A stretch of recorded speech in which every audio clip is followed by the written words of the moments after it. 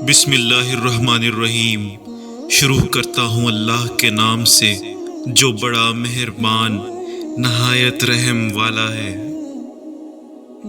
اصحاب کہف کا واقعہ اسلام میں ایک نہایت ایمان افروز اور سبق آموز داستان ہے جو قرآن پاک کی سورہ کہف میں تفصیل سے بیان کی گئی ہے۔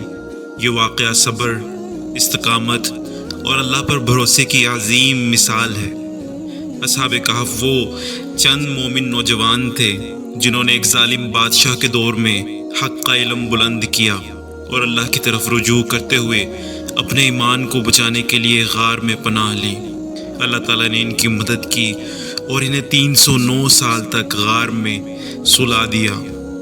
یہ واقعہ ایک ایسے دور کا ہے جب ایک ظالم بادشاہ حکومت کر رہا تھا جس کا نام بعض روایات میں دقیانوس بتایا جاتا ہے۔ اس بادشاہ کا نظام حکومت بت پرستی اور ظلم پر مبنی تھا۔ وہ لوگوں کو زبردستی اپنے جھوٹے خداؤں کی عبادت کرنے پر مجبور کرتا تھا، اور جو لوگ اس کی مخالفت کرتے انہیں سخت سزاؤں کا سامنا کرنا پڑتا۔ اسی دور میں یہ نوجوان جو اصحاب کہف کہلاتے ہیں اپنے ایمان کی حفاظت کے لیے میدان میں اترے۔ یہ نوجوان اپنے شہر کے معزز اور اشرافیہ خاندانوں سے تعلق رکھتے تھے، لیکن جب انہوں نے حق کا راستہ اپنایا اور ایک اللہ پر ایمان لائے تو انہوں نے اپنی ساری دنیاوی حیثیت کو چھوڑ دیا۔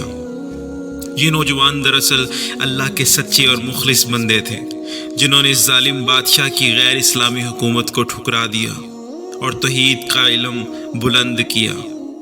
بادشاہ نے جب ان کے ایمان کا علم ہوا تو اس نے انہیں اپنے دربار میں طلب کیا اور دھمکی دی کہ اگر انہوں نے اپنا ایمان چھوڑ کر بت پرستی اختیار نہ کی تو انہیں سخت سزا دی جائے گی۔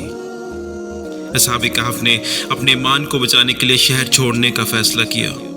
وہ اللہ کی راہ میں اپنے ایمان کو محفوظ رکھنے کی خاطر نکلے اور ایک غار میں جا چھپے۔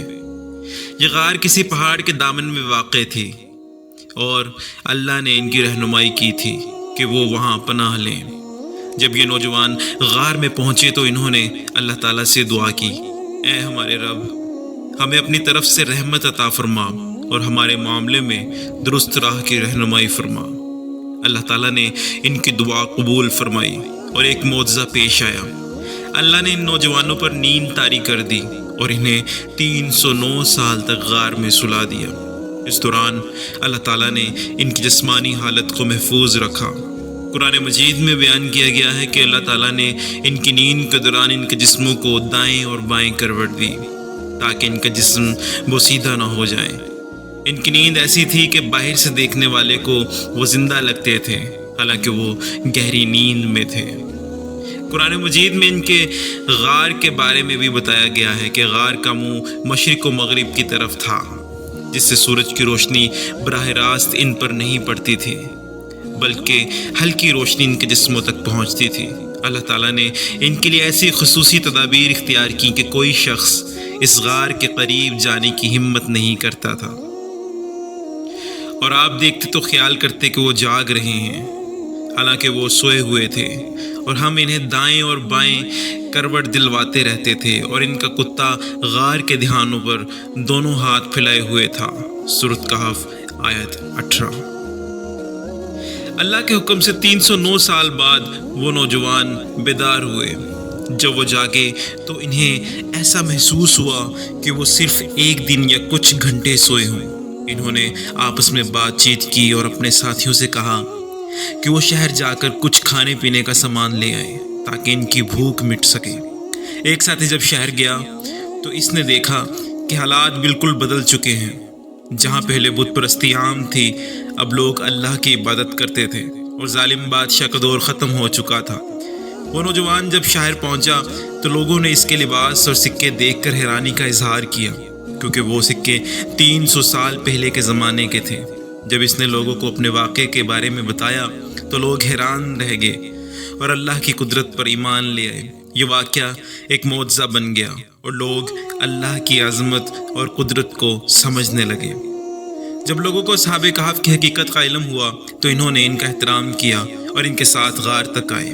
تاہم اللہ کے حکم سے یہ نوجوان دوبارہ غار میں لوٹ گئے اور اللہ نے انہیں ہمیشہ کے لیے نیند میں مبتلا کر دیا۔